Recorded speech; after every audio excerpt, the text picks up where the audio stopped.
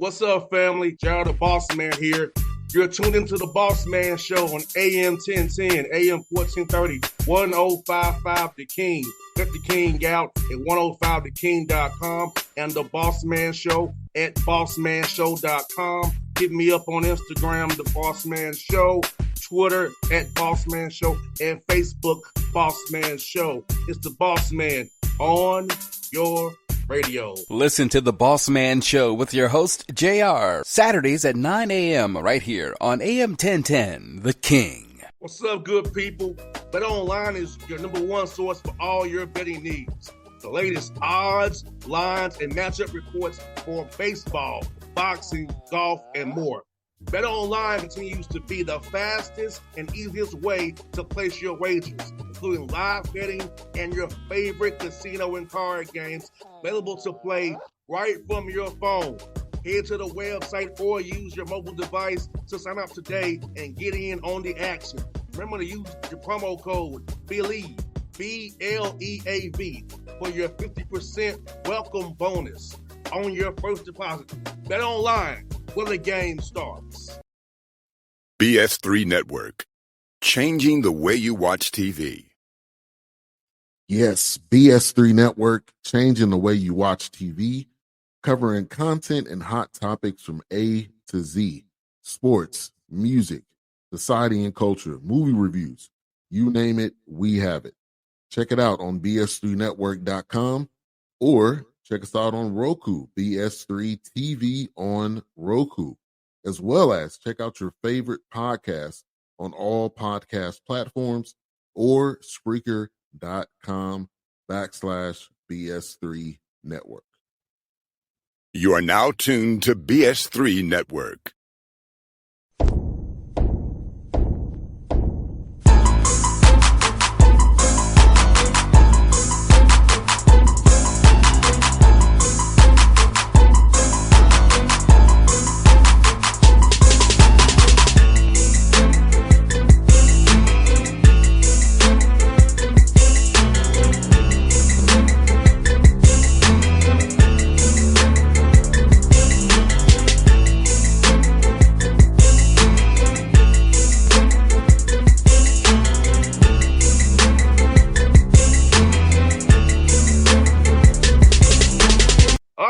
Back on the Bossman Show, friend of the show, my guy Rick Cabrera down in Northwestern State, the Demons out of Southland Conference. My man Rick, what's up, brother? How you doing, my guy?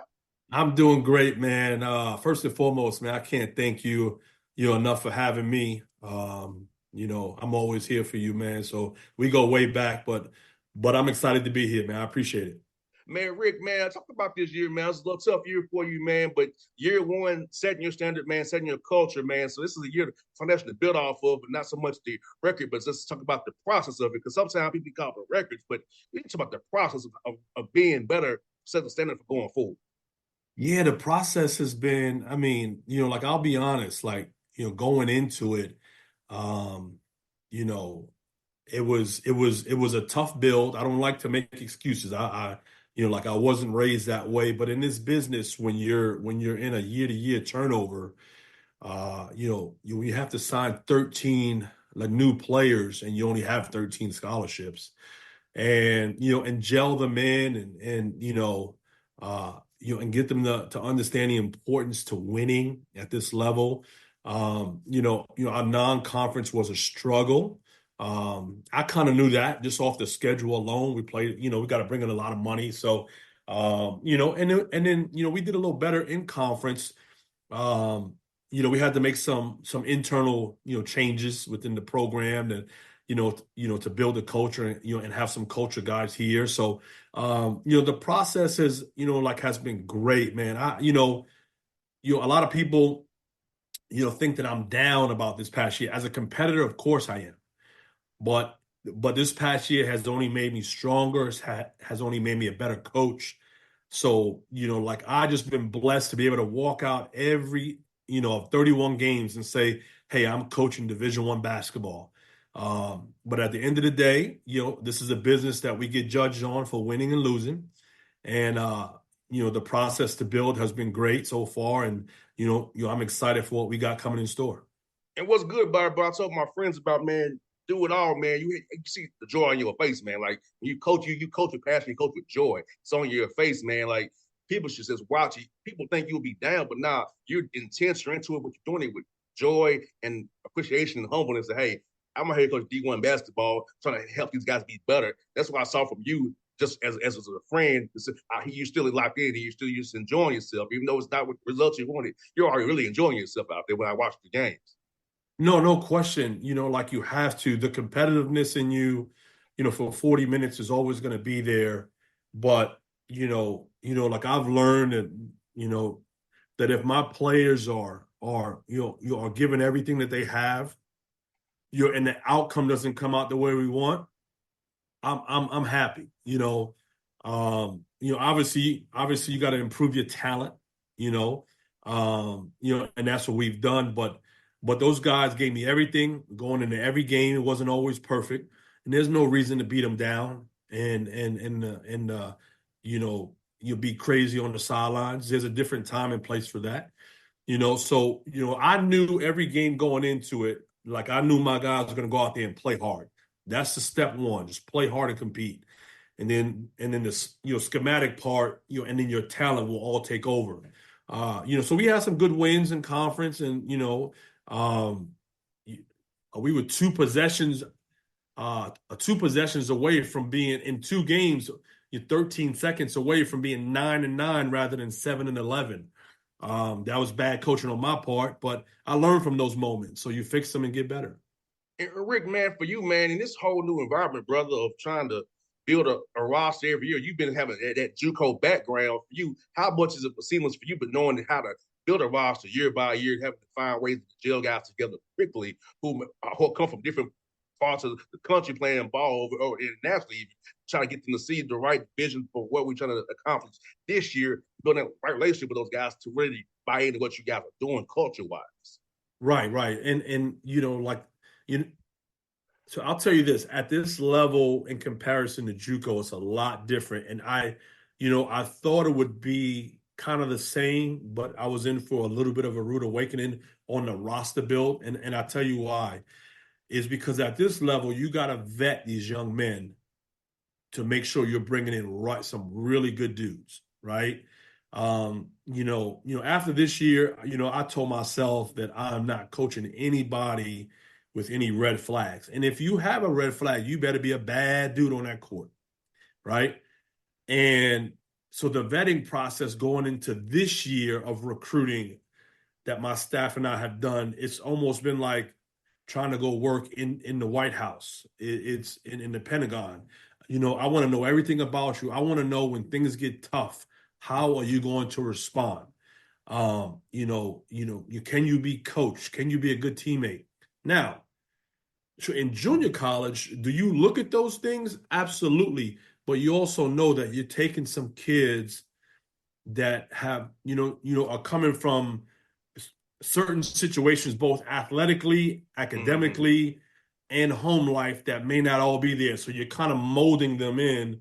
So when they go to that 4-year school, then they're a lot, you're prepared. No doubt. So that has been the difference for me, at this level in JUCO. But in the recruiting process of overturning a roster, like you just, use your relationships that you've built in this business and just get new players, whenever it sees fit. So it is what it is. I try not to complain about things I can't control. I call it, Rick? I call it speed dating now. It's like speed dating. That's exactly what it is. Got speed dating up and see do we have something we can work with here and build off. We have a little something we got in common. Then go from there. Speed, I like that. No doubt, man. And workouts coming up here for you guys, man. This summer, man. Big on development. I know you're big on development. So what are you looking for your guys for development wise this summer as you all use this time to get better before the fall comes in August, and then November 4th it tips all off again. Yeah, man. Like our guys are getting in tomorrow. We start classes on Monday. Like this summer is a big summer for us, just because we have 10 new guys coming in.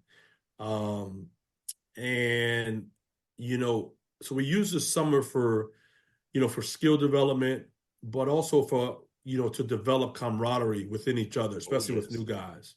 And that's what it is. The summers on most college campuses are pretty boring.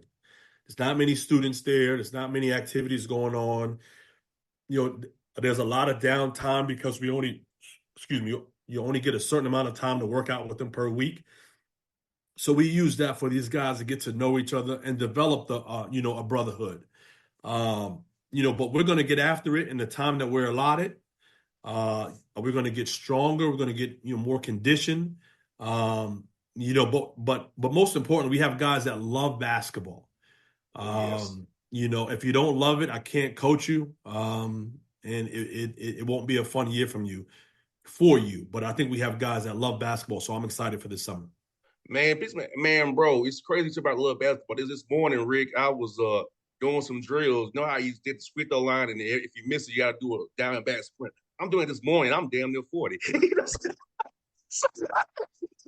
That's awesome. It don't leave you, man.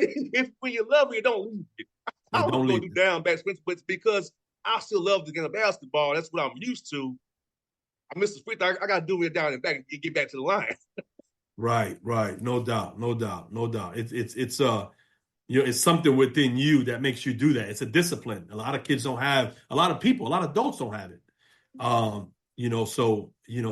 Just hearing that, brings a smile to my face. And you know what, man, like you said, camaraderie, man, when things get tough, man, guys ain't getting minutes they want, to not playing. So just building that brotherhood in the summertime is very important. And back when me and you played, man, it was bad. There was October 15th was that bad day.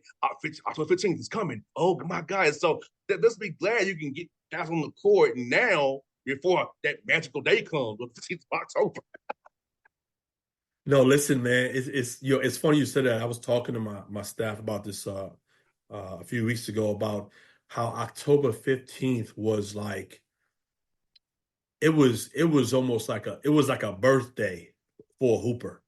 Yes. Because you get to watch the Midnight Madness, the Dick Vitale and all the schools, and then at 12:01, some teams would practice.